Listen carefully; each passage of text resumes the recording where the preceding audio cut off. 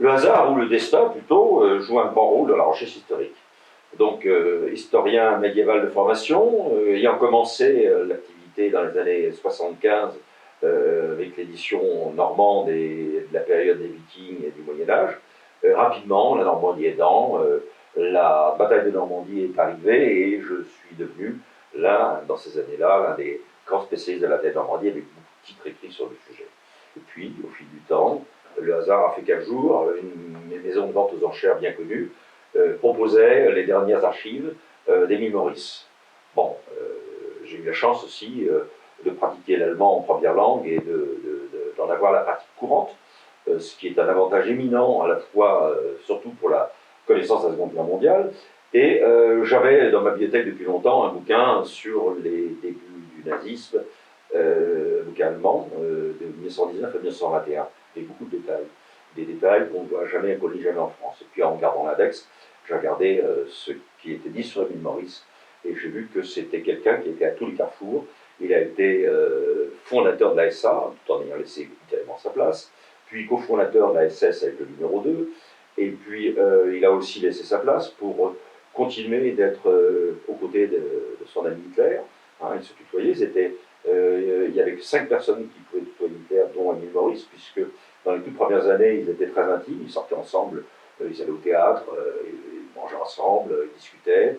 Hitler a été reçu dans la famille Maurice, d'ailleurs, puisque Émile Maurice avait un arrière-grand-père juif, et donc son père, qui était un militant du parti, lui aussi, son père, c'était son grand-père qui était juif, et donc Hitler était reçu dans cette famille, et qui étaient des amis très proches. Et puis, donc, il y a eu le putsch de 1923, où Émile Maurice était l'adjoint de l'équipe de commandement du Stoßtrupp, qui était impliqué, et de fait, un meilleur ami, membre du commandement du Stoßtrupp, Émile Maurice s'est retrouvé dans le même quartier pénitentiaire à Landsberg qu'Hitler, et là, contrairement à ce qu'on dit quelquefois, que c'est Rudolf Hess qui a tapé Mein Kampf, c'est Émile Maurice qui a tapé la plus grande partie, qui a même sorti secrètement le manuscrit de la prison, s'il n'avait point fait, il n'a pas eu Mein Kampf. Et donc à tel titre que Hitler a bien reconnu ce rôle, puisqu'il lui a offert la machine à écrire, qui a été revendue d'ailleurs après-guerre. Il a été à tous les carrefours, mais c'était un peu un homme de l'ombre, jusqu'au jour où il y a eu la brouille, puisque Émile Maurice est tombé amoureux d'Elie Raubal, il y a eu toute l'affaire Raubal, où il était amoureux de la nièce d'Hitler, et ce qui a suscité une brouille grave entre les deux personnages, avec une réconciliation qui a eu lieu en 1933. Et là, cet officier SS d'origine juive a été replacé dans toutes ses fonctions par Hitler. Même, il a eu l'autorisation contre l'avis d'Himmler d'épouser une Bavaroise, puisque un mariage entre quelqu'un d'origine juive, en l'occurrence officier SS, ne pouvait pas avoir lieu. Donc il a eu des avantages par son amitié avec Hitler. Au-delà du personnage d'Émile Maurice, c'est un ouvrage avec deux pistes. Il y a d'une part la biographie d'Émile Maurice qui est un vrai scénario de film, et d'autre part, Émile Maurice traverse une période, cette époque, qui est très décrite en détail, avec beaucoup de protagonistes, beaucoup de personnages. Il y a l'index des personnages cités, il y en a une centaine. Il y a 1 millier de photos et de documents dans l'ouvrage. Donc c'est aussi une présentation de toute cette période, qui est extrêmement mal connue en France, puisque beaucoup de sources sont en allemand, sont indisponibles en langue française, ou des sources qui sont très confidentielles. Donc ça a été un travail de fourmi.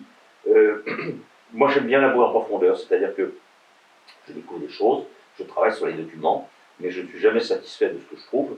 Donc c'est comme une enquête de police, je vais aller plus loin. Donc il y a une recherche qui est infinie et qui nous permet de pousser les choses beaucoup plus loin et d'arriver à présenter beaucoup d'inédits.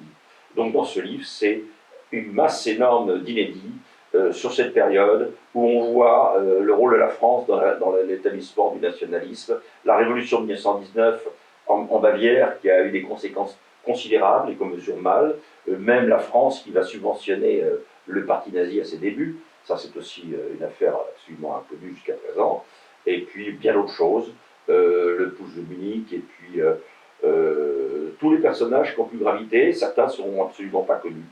Et donc c'est à la fois une encyclopédie et une découverte d'une histoire en fait très mal connue. Et celui qui n'a pas découvert cette histoire, cet ouvrage, finalement il n'a qu'une idée superficielle de cette période.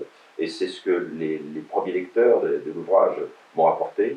C'est une immense découverte, et c'est un ouvrage qui se lit facilement, puisque son premier lecteur a été mon épouse, qui a testé un peu le manuscrit, qui est facile à lire, malgré l'abondance de documents, et d'ailleurs, j'ai eu le privilège, ou plutôt, je l'ai emmené dans les rues de Munich, puisqu'on a fait aussi un travail de terrain, puisque Munich est traversée, une ville qui est traversée par l'histoire, et surtout la période de l'histoire de cette époque. Voilà, c'est une immense découverte à laquelle nous vous convions à travers cet ouvrage.